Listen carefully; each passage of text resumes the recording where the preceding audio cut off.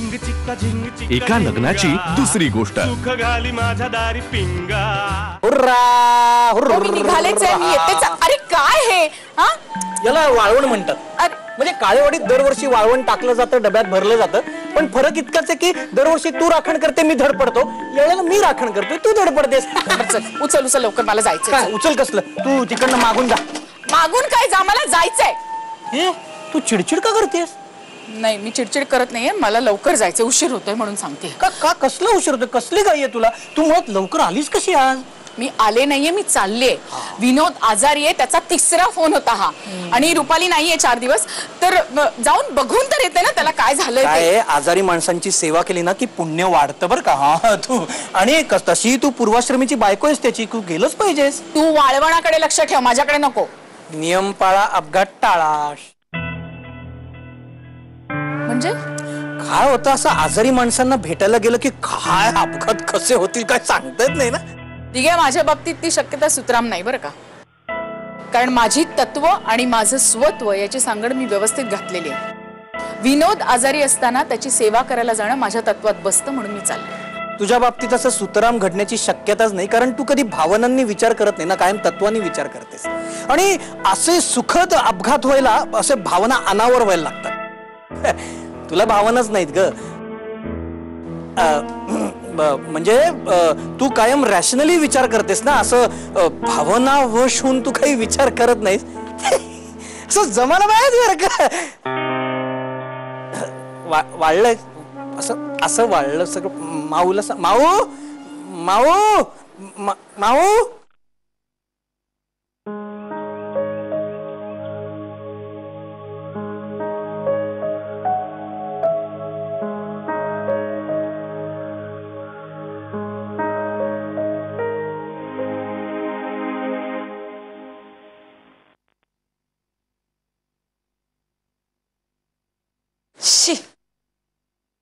काय कर राधा?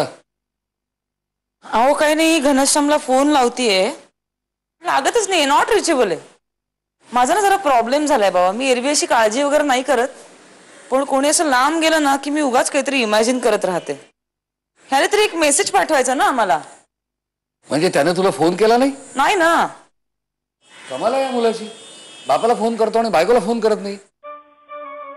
तुम्हाला फोन आलाय का त्याचा? हो. काय ठीक आहे ना सगळं? बसला फ्लाईट मध्ये? फ्लाईट मध्ये? अगं तो तिथे इंटरव्ह्यू मध्ये शॉर्टलिस्ट झालाय. त्याला तिथे ताबडतोब 1 आठवड्याचं ट्रेनिंग घ्यावं लागणार आहे. म्हणजे त्याचा हैदराबाद मध्ये 1 आठवडा मुक्काम पडला. ओ, आठवडाभर? हो. आणि ही गोष्ट त्याने तुला कळवली नाही? कमाल आहे या मुलाची. जबाबदारीची जाणीव नाही. वेळच्या वेळी काही गोष्टी बायकोजवळ बोलायला हव्यात, ही साधी गोष्ट त्याला समजत नाहीये. बाबा तुमच्याशी बोललाय ना तो, इट्स परफेक्टली ऑल राईट. अरे काय काही काही गोष्टींचे प्रोटोकॉल्स असतात, काही रीत असते. आता त्याचा आठवडाभर मुक्काम वाढणार आहे, तर ही गोष्ट त्याने किमान तुझ्याशी फोनवर बोलून तुझ्याशी विचार विनिमय करून ठरवायला नको का? अहो पण त्यांनी मला विचारलं असतं तर मी काय त्याला थांबवून नको असं म्हणणार होते का? तू नाही म्हणू शकतेस, तेवढा तुझा.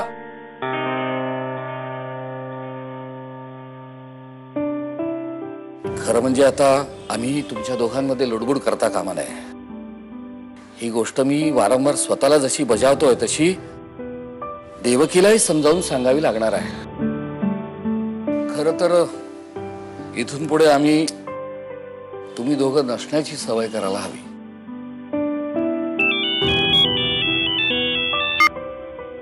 हा पप्पा बोला. काय सुट्टे पैसे? कुठे आहात? कुठे तुम्ही? पप्पा तुम्ही घराबाहेर आहात तर मी तुम्हाला कसे आणून देऊ सुट्टे पैसे? काय अच्छा तुम्ही इकडे इकडे घराबाहेर आलात का? एक मिनिट थांबा, मी आले बाहेर, मी आले. बाबा पप्पा आलेत बाहेर, त्यांना सुट्टे पैसे हवेत रिक्षासाठी, मी जरा जाऊन येते. कमाल आहे. महेशराव अचानक आज आपल्या घरी? काय मलाही नाही बोलले, पण ते खोळंबलेत. मी आले जरा.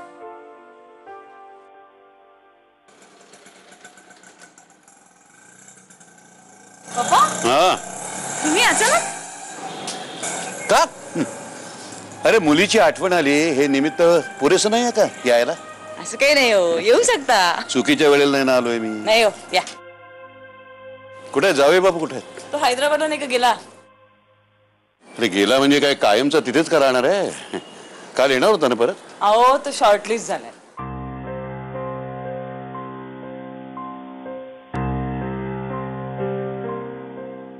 त्यामुळे आठवडाभर राहायला लागणार आहे त्याला हैदराबाद मध्येच ट्रेनिंग साठी.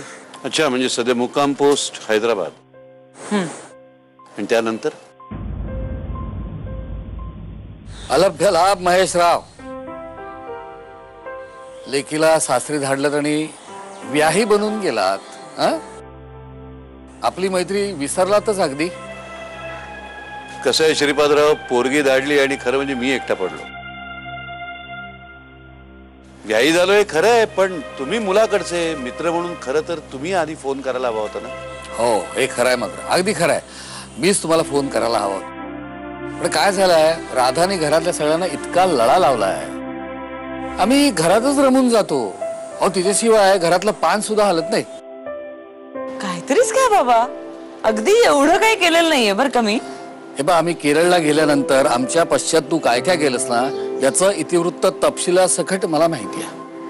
माईच्या औषधापासनं कुहूच्या कवितापर्यंत सगळं केलंस तू. नाही बाबा, कुहूच्या कविता कुहूच करू शकते, बाकी कोणी करू शकत नाही. हो, पण कुहूच्या कविता ऐकण्याचं जे असामान्य धैर्य तू दाखवलंयस, हा, ते तर खरं आहे की नाही? मामा, कुहू काय इतक्या वाईट कविता करत नाही. शब्द अरे बरेच- इथे पाहुणे मंडळी उभी आहेत, त्यांच्याकडे काही लक्ष देणारा तुम्ही का आपापसातच बोलत राहणार? पप्पा चिल चिल, एवढं काही झालेलं नाहीये. पप्पा पण ना आमचे, चहा घेऊन येते. तिकडे घरी इकडची गाडी तिकडे करायची नाही ही पोरगी, आणि आता हे घरी अगदी चटाचटा कामं करते. श्रीपादराव, न विचारता न सांगता आलोय मी, पण खरं तर मला तुमच्याशी काही बोलायचं आहे. बोलूया ना, या.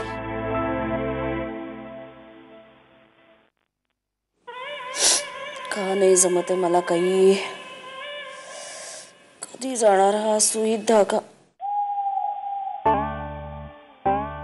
तरीच काय रे, काही काम आहे का? मी आत्ता तुला मदत नाही करू शकत आई, कारण मीच एका वेगळ्या विचारात गढलो गेलोय.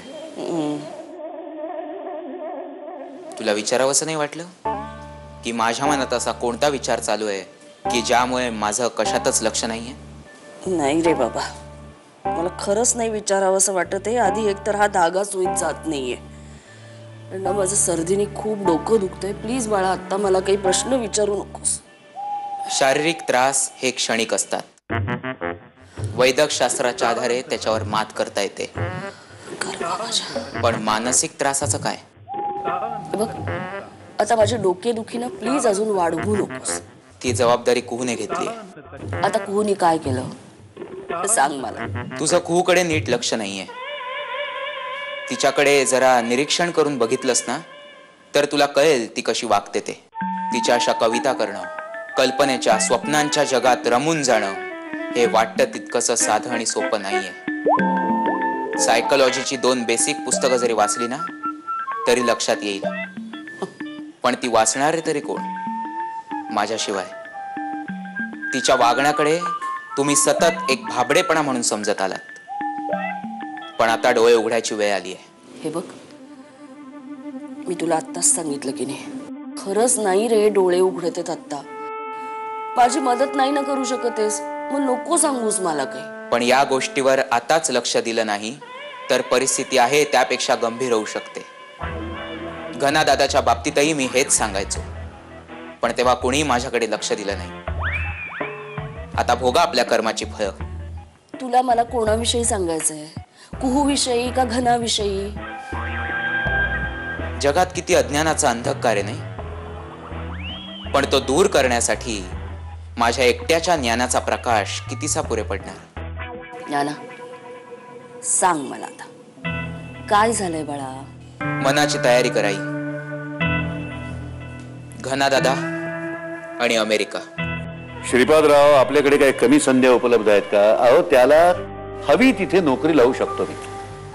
महेशराव, तुम्ही घनाला हवं तिथं नोकरीला लावू शकता, पण हे त्याला आवडणार नाही. नाही नाही, मी वशिल्याने म्हणत नाहीये, पण कसं आहे की 4 ओळखी आहेत, मित्र आहेत, शब्द टाकू शकतो मी.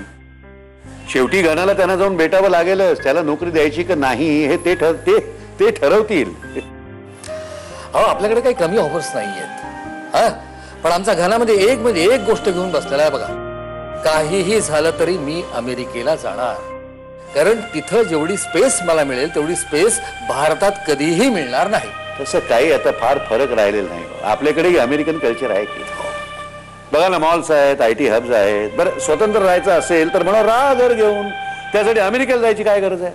महेशराव, आजवर मी माझ्या मुलावर कधीही जबरदस्ती केली नाही आणि भविष्यातही कधी करेन असं नाही वाटत. पण मी लग्न आधी का नाही सांगितलं? लग्नाआधी सांगितलं असतं तर हे लग्न तुम्ही होऊ दिलं नसतं, असंच ना. पण लग्नाआधी राधाला माहित होतं, घना राधाशी बोलला होता. आणि खरं सांगू का, आम्हाला असं वाटलं की लग्न झाल्यानंतर घना सगळं विसरेल, इथेच राहील.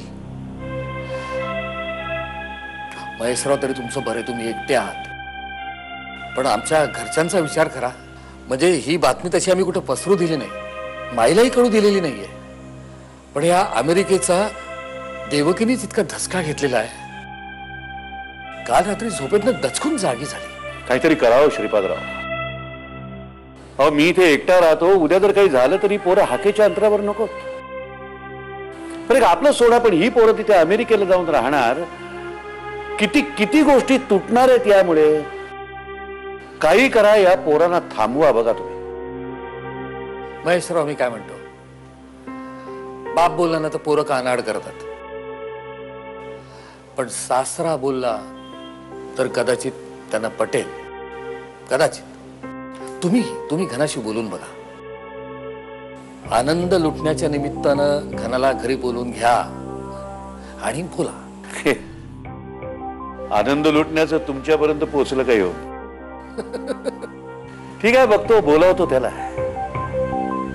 काहीतरी केलं पाहिजे, हे मात्र नक्की. जी काय हालचाल करायची ती तुम्ही करायची, कारण तेवढं सामर्थ्य आमच्यात नाही.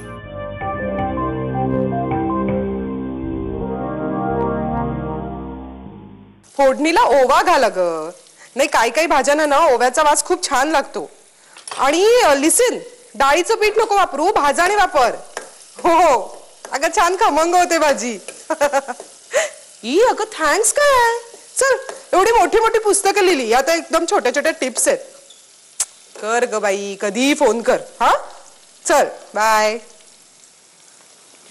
सुप्रिया, अगं काही कळलं का तुला? अरे देवा, काय झालं ग? काय केलं यांनी? अगं, दरवेळेला तुझं हेच काहीतरी करतात का? दुसरं कोणी काही करू शकत नाही का? हा, ते कळलंय मला. कळलं? हो, घोरपड्यांच्या मुलाचं ना, अगं ऍक्सिडेंट झालाय त्याचा.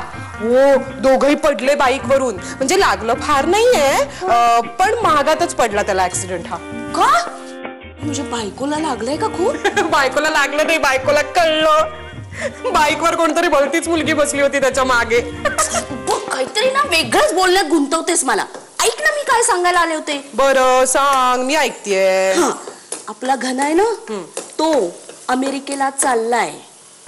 त्याच्या बरोबर राधाही जातीये आणि ते दोघं तिकडेच सेटल होणार आहेत.